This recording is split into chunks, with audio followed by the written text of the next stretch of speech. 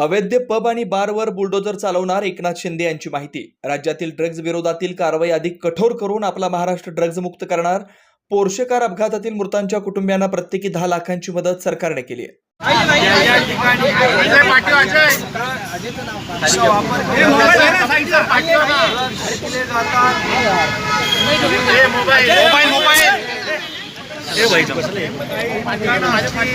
काही शाळेच्या आजूबाजूच्या टपऱ्या असतील, काही दुकानं असतील,